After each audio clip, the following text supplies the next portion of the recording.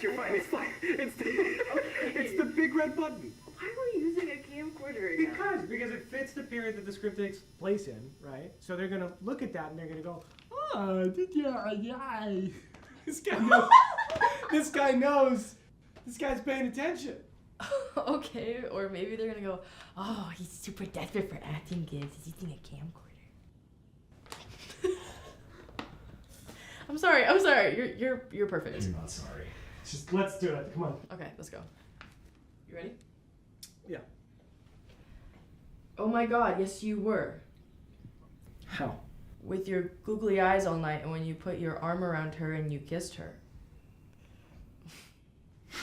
No, don't. You can't make that face while we're doing this, Ava. I'll break. I'm sorry. This is my normal face. No, just take this seriously. Okay. Yeah. I am taking this seriously. But like you want to strangle me. Right? I do not want to strangle you. No, you want to strangle the character. I don't though. You're the one auditioning. Yes. But that's helpful. So one more time, go. Okay. Do the. No, you don't have to touch it. It's fine. Oh, okay. Oh my god, yes you were. How? With your googly eyes all night and... Angry. Right? Like I know you know how to do that. What's that supposed to mean? Do you remember O'Hara's? Max? That girl, and that's. I do not want to talk Yes, about exactly. it. That's perfect. So just right there. What do we? Come on. No, it's the other button. It's what do you? We need to take a break.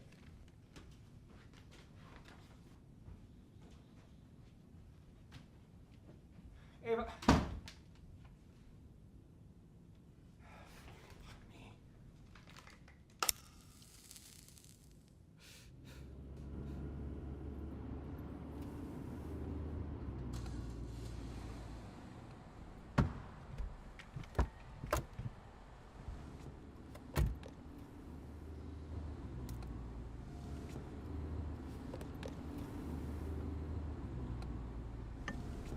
I have something to say and none of it's going to make sense, so I need you to just indulge me on this, which you've already done a lot of, but I was in there. It went fine, I guess. It did not go fine. I don't know why I'm saying that.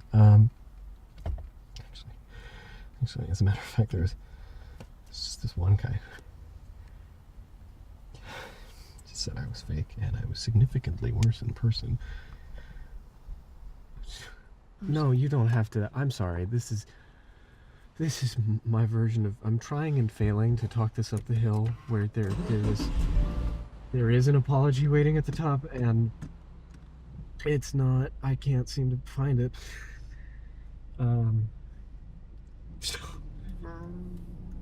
What's what is that? We're going on top of the hill. Where there's an apology waiting. I'm gonna skip all the. No, stop! I'm sorry. I'm so sorry. I'm really sorry because I think it is the best problem ever that you cannot help me emulate what a toxic or frustrated relationship feels like, and I'm sorry for making that your problem.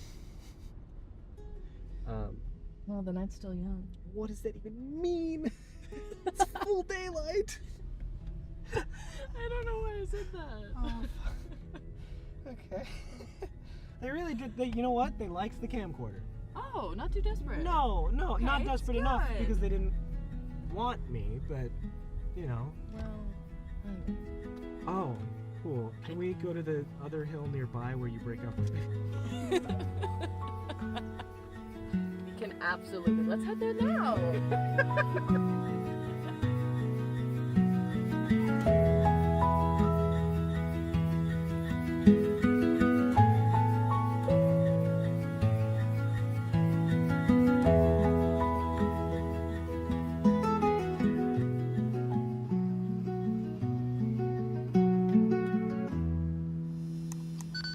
My name is Jack Wolf Perry, and this is. And I'm Belle Motter, and we made self-tapes. Perfect. So just to get into it, I'd love to hear your journeys into becoming filmmakers and how you got here. Belle? Yeah, absolutely. Well, I first had found out about the competition because you guys came by Chapman and you did the Billy Knight screening, and I am actually transferred to Chapman University. I started off in like Podunk, little Colorado, before opting to move out to California to pursue film, and it's been a long journey so far, but it's like everyone in the film, but it's really turned around, especially after I moved to California and I've met so many wonderful people, especially at Chapman. Um, I originally started off in game development and illustration, and I've just always loved storytelling, and I ended up finding myself here. Yeah. No, that's amazing. How did you switch from game development to film? Well, so I knew I always wanted to tell stories, but I just needed to find the correct medium for it. Back in when I was in high school, I was in this like technical school program, and I was the program's the first game developer for it. And I wanted to make all these narrative stories, and I realized that working with a team and directing them and coming up with these stories was what I wanted to do. And I tried doing it with comics for a little bit. I moved to Japan and I'd made comic books for a little while, and I studied making manga, and it still wasn't fitting until I realized what I wanted to do was make movies. I just was afraid that it was too big of a risk, but I said, I'm already pursuing the arts, and this is already such a big risk, and like I don't come from money, and everything I've been doing like has been a risk so far since I don't really like have a family. So it was like, if I'm already doing all these risks, I might as well just go for it. And so I moved out there, and I've been out in California for about 2 years now. And it's been the best fit for me by far. And I met Jack through Chapman and through making this film especially. Oh my God, that's so great. No, that's beautiful. I love that you went through the different mediums of storytelling and you found filmmaking as the top one. Hell yeah, it's definitely the top one. And beautiful. You moved to Japan? You had a whole you had a whole life. Trying to, I think, I don't know. My philosophy with storytelling is that every story can be told correctly for the medium it's made for. And so whenever I approach making a story, I think of, well, how is this different from like a book? How is this different from like a video game? Because I think that's one of the joys of especially film is it's a video and auditorial medium, and I think there's so much joy in like taking advantage of that. Absolutely, especially with video games. I mean, you have to worry about so many different things. Like, wow, how does you have your control of your storyline, and then you have to worry about how people are going to play that character. I couldn't even imagine how to do all that, but I love video games. But yeah, Jack, I'd love to hear about your journey as a filmmaker. Yeah, thank you.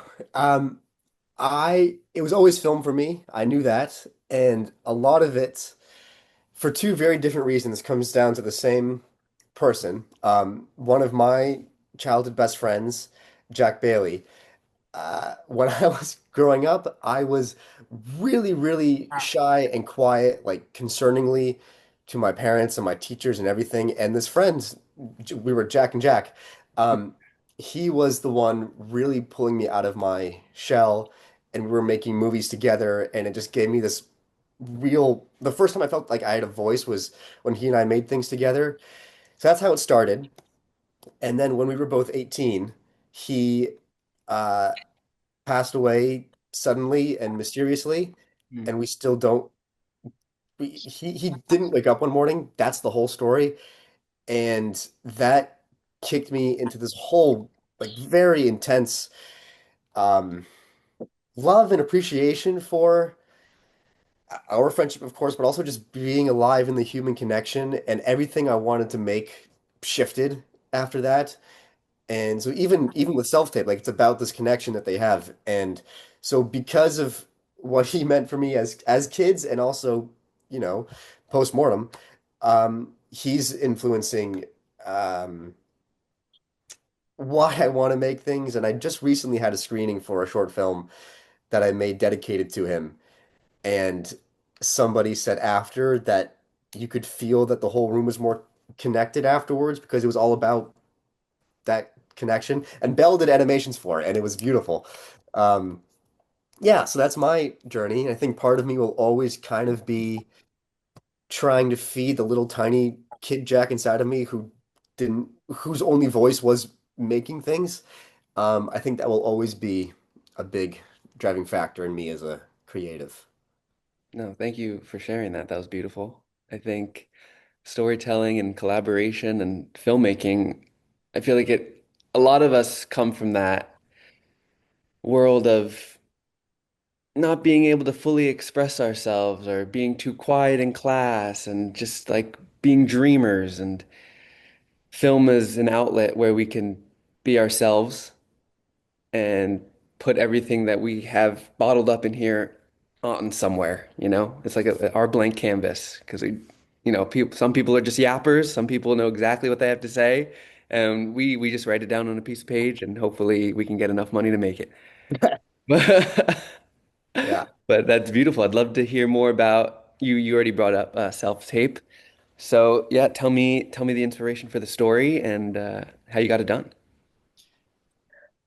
Well, I mean, when you guys first came to Chapman, I knew that it was like this was an amazing opportunity, and I also just love the excuse to make a film whenever you get a chance. And when I first went to the screening, I was like, I definitely want to be a part of this.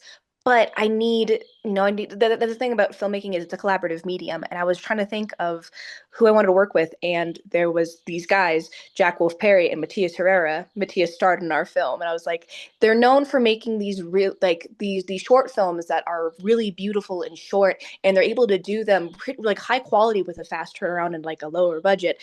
I also just thought they were really cool because I had heard amazing things about them, but I felt really like shy and dorky and was looking for an excuse to also hang out with them. So I told them about the competition. And Jack, if you want to maybe go from there. Yeah. Um, yeah. So we were looking at the prompts and, it's all about being in love, being an artist, the magic of cinema and art and making movies. And so we kind of all brainstormed. It was me, Belle, and Matthias mainly brainstorming. And we were kind of going through all the initial gut instincts, which were like someone finding a voice through cinema. And so we were talking about that for a while, how you can communicate through cinema. And then it kind of grew into not just the positives, but the power of cinema also having pros and cons. And like with Billy Knight, like there are artists in the movie, and so we wanted to show this guy who's not at first realizing the power that this imaginary made up scene is having on his real life relationship. And so that became once we figured that out, that kind of opened everything up where we said, okay, he has to be pushing her too hard, not realizing it, and then understanding at the end that this audition slash cinema as a whole had a really big hold on him, and he has to grapple with that at the end. That was one of the main things I took away from it. I was like, it's such a big thing that I see. Just like there's so many egos in this industry, and people get caught up in their ways. Like, I'm making my vision. This is the most important thing in the world. I'm just going to start yelling at everyone and making sure that everyone follows my lead. And, so I just wanted to, is that something like that resonated with you, and that's something that you were like thinking of, and that's what you wanted to talk about, or that's just like something that naturally came out in the writing, just like subconsciously about our industry? Well, that's a good question. I think the best way to answer that is to talk about how our crew actually worked together Yeah. because it was a super small handful of us. It was me, Belle, Matthias, Cade, Peyton, and Ava, the actress. And that was the whole crew. And so Belle and I co-directed. We planned everything together. Then on set, I was with the actors and she was with Cade, the DP, for all the shots and setups and everything. And the writing was me, Belle, Matthias, and then Matthias took everything we made and wrote the script. So I think that we, the reason we felt so strongly about this character trying to take so much control is because we so badly wanted to all collaborate with each other that the like almost like the bad guy of the situation is the one who wants to be in too much in control, you know? So it's definitely what we were thinking about. Beautiful. And what is the key to being a good being good co-directors? Because it's hard. That's a Well, that good was question. something, yeah, we were definitely trying to figure that out along because this was our first time co-directing, and really, this was actually the film that kind of kickstarted it all for us. This was like, since then we've all become very close and have even talked about starting our own little film studio together, and we have shorts planned for the summer, and we've made a few shorts since then, but this was the very first one where we all like that's where we met Ava, our actress, who's become one of our closest friends.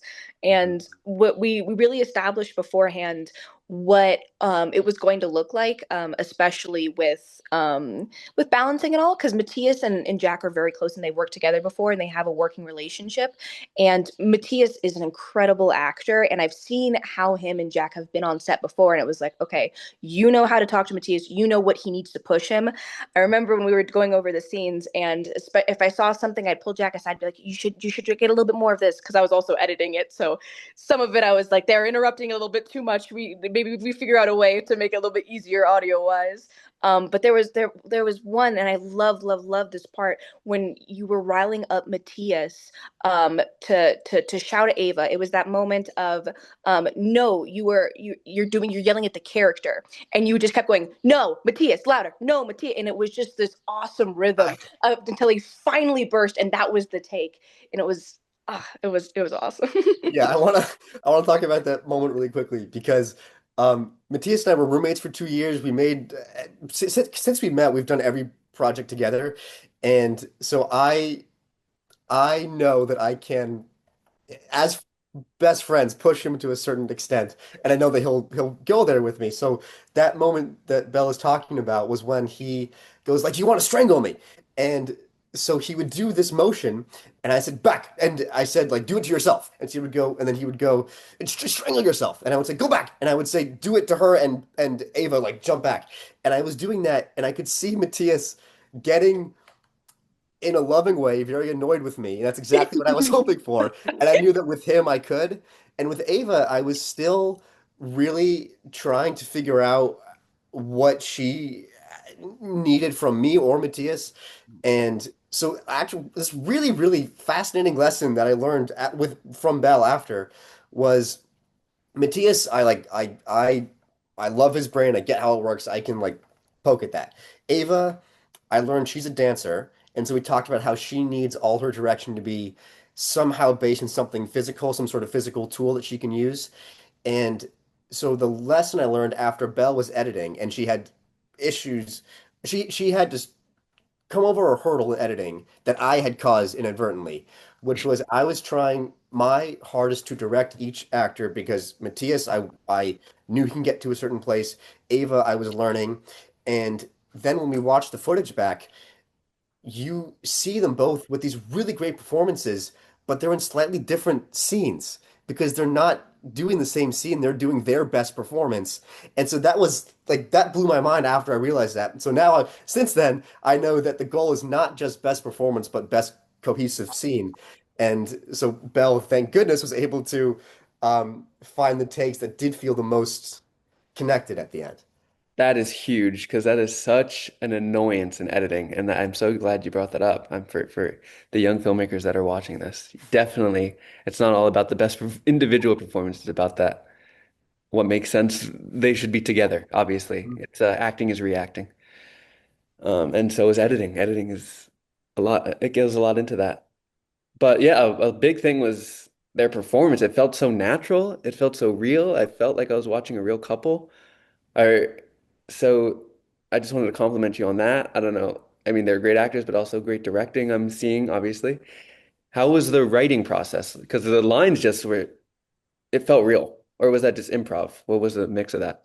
No, it was pretty scripted. And real quick, Belle and I knew we wanted to share this story, Yeah. which was for one of the takes for the self-tape scene, Matthias's parents came down just to watch a take.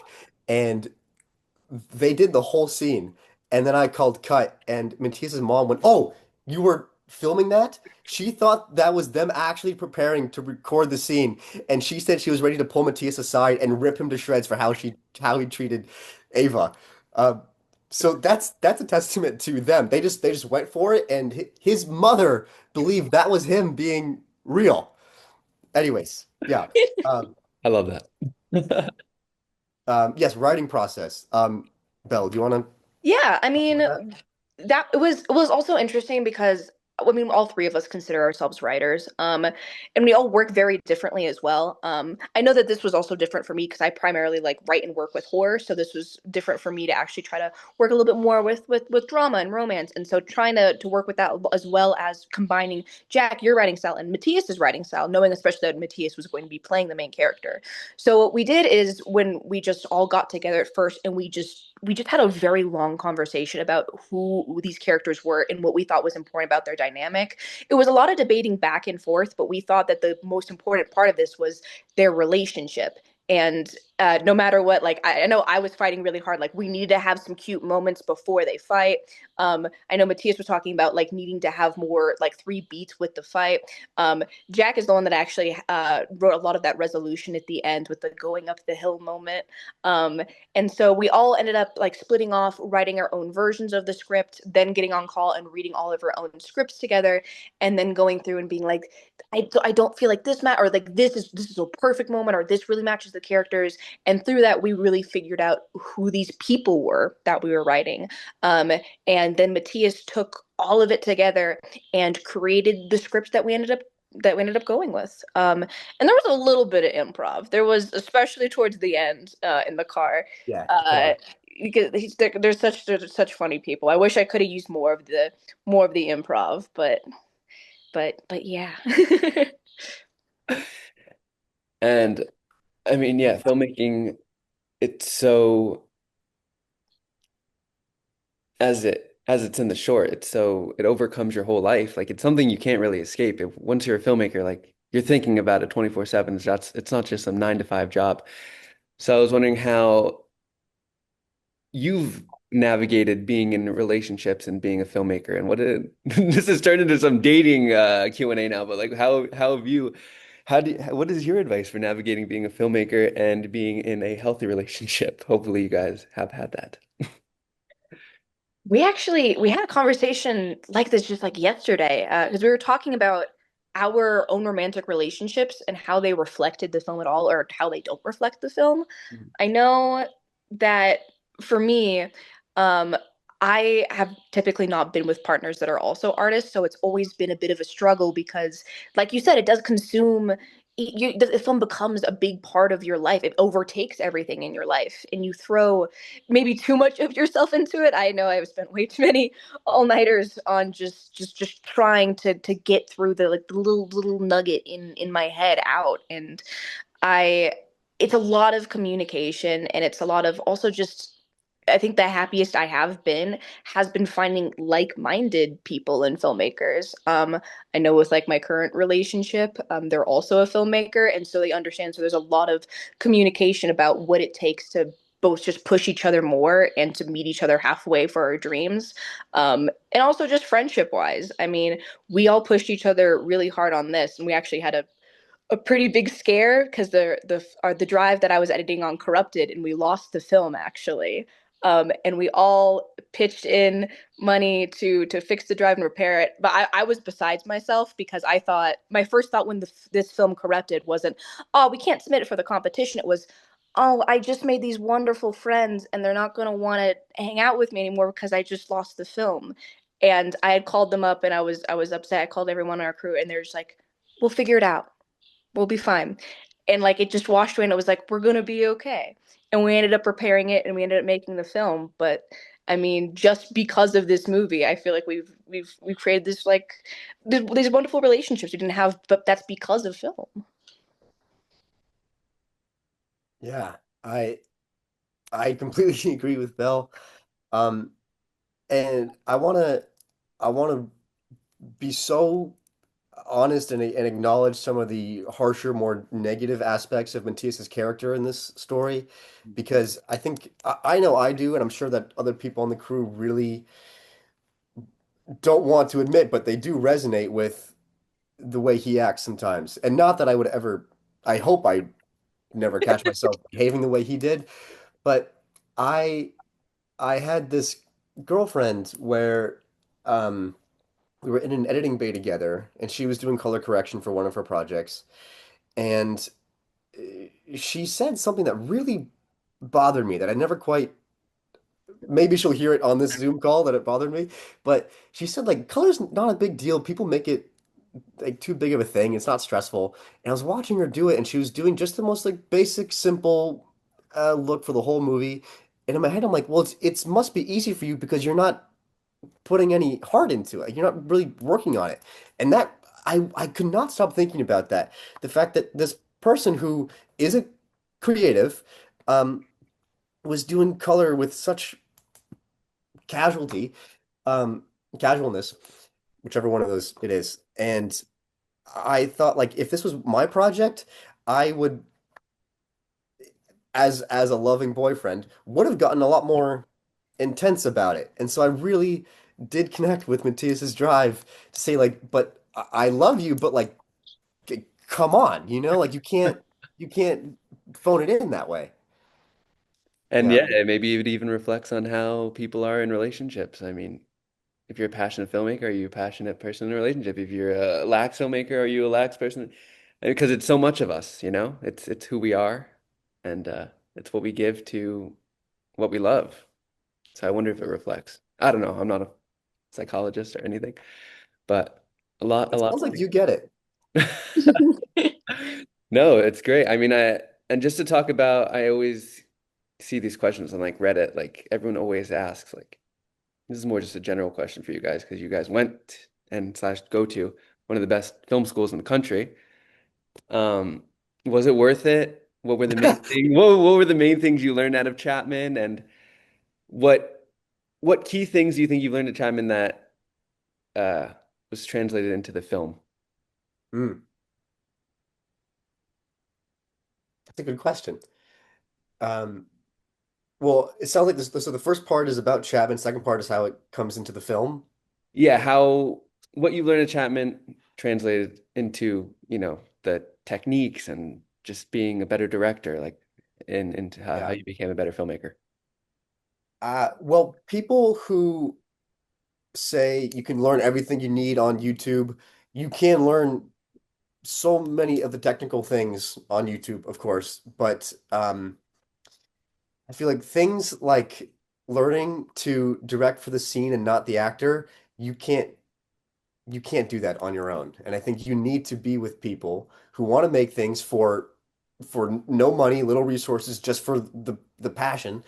And so being at film school, the main takeaway was the community which brought all of these super cheap um I say easy as in like small scale, but like passion driven projects, because then now in the real world, our friend group is we kind of we've taught ourselves how to do it for little to no money, and we hope that that takes us as far as as far as it can.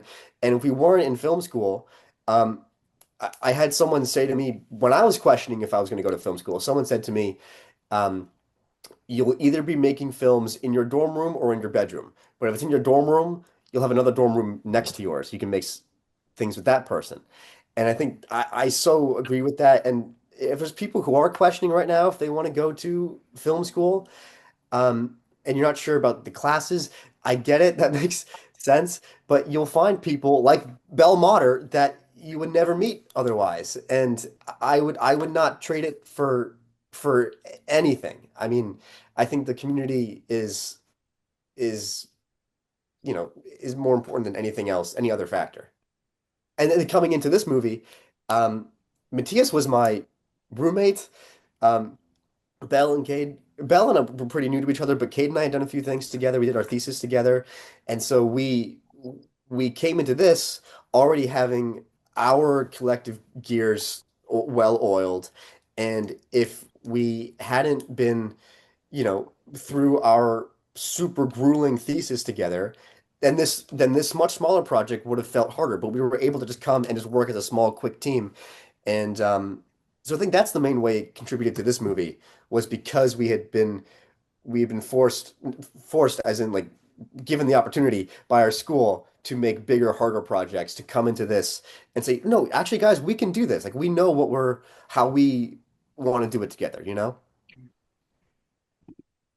I'd love to add on to that, and I mean, because I did transfer from a non-film school. I transferred from CU Colorado Boulder, which does not teach narrative film. Actually, does quite the opposite. It's an experimental film school, and they very much push don't make narrative films. None of you are going to go to Hollywood. I had to watch a 30-minute film on just like a woman giving birth. So I came from a very different film background, and the fundamental things they taught there I truly don't think I would have any chance of actually making films or going into a career in film if I stayed there.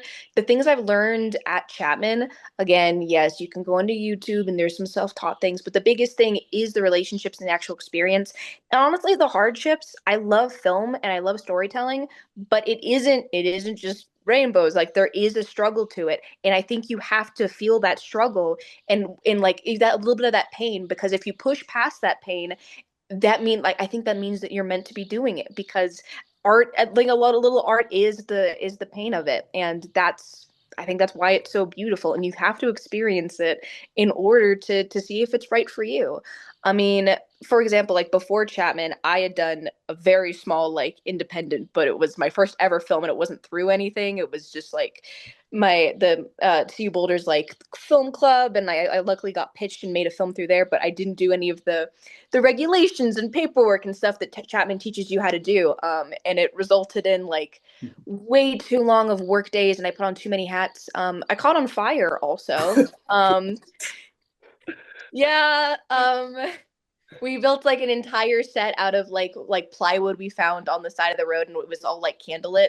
Weirdly enough, it wasn't the set that caught on fire, but I was wearing this wedding dress from like the 19 like 1800s, late 1800s, and I caught on fire because I was sitting too close to a heater.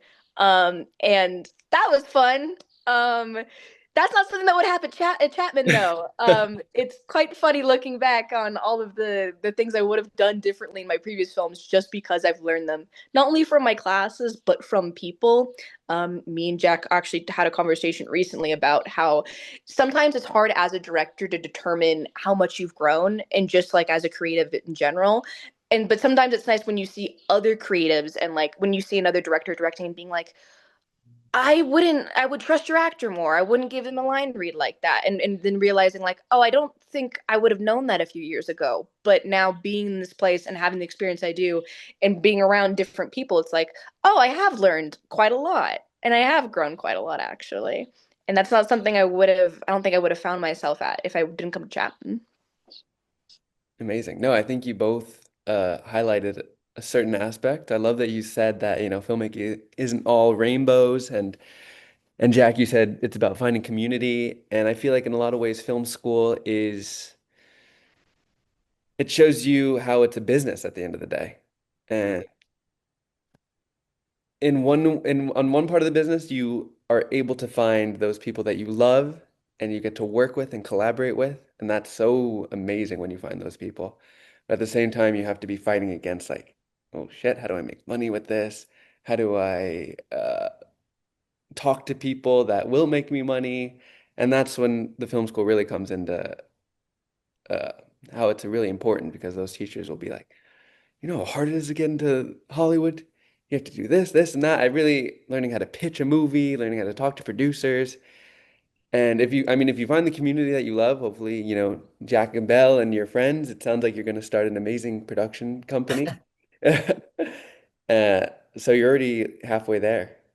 And I wish you all the best. Your movie is beautiful. And it felt like a documentary almost. That's why I loved it. And yeah, hopefully we're gonna release the winners probably early July, and then we'd love for you guys to come. Since you're in LA, I'm not inviting everyone, but we'd love for you to come to the premiere. So we'll keep in Yes, touch. We'll keep in touch, and we'll send you an invite. that would be awesome. That'd be And incredible. thank you for the kind words as well. And the premiere sounds great. Yeah. Of course. No, you don't have to love the movie. I know a lot of people at Chapman didn't like it, but just it'll be a fun night and it'll be a bunch of filmmakers and we all love to network and have fun. It's a good crowd. It's not usual. Yeah. I want to ask you about you. You're a filmmaker, it sounds like. Oh God, me no, no, No? not no. I am, I Okay. am, I am. But we don't need a Q&A me. But Okay. I'd love.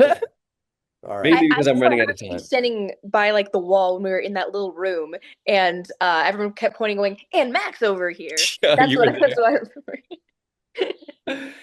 Yeah, I'm like the little runt of the group. I do everything, and I'm like, I want to have.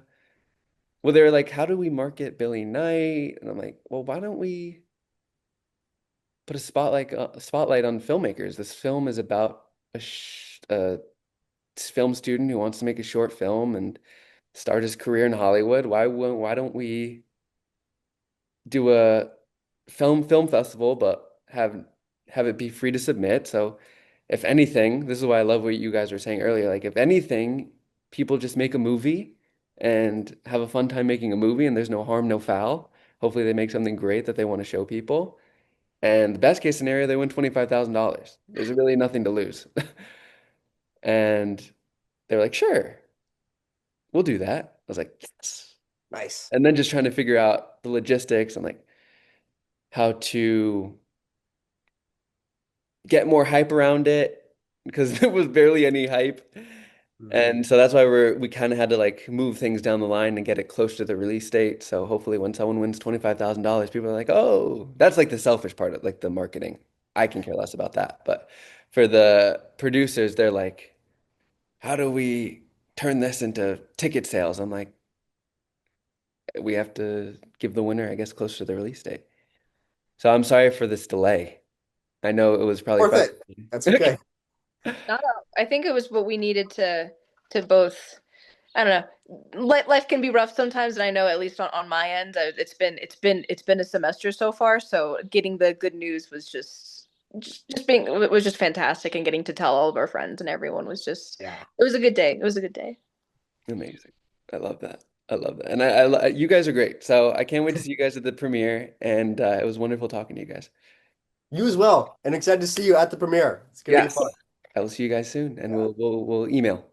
Okay. Thank you. It's Bye. lovely to see you. Good Bye. seeing you. Bye. Bye.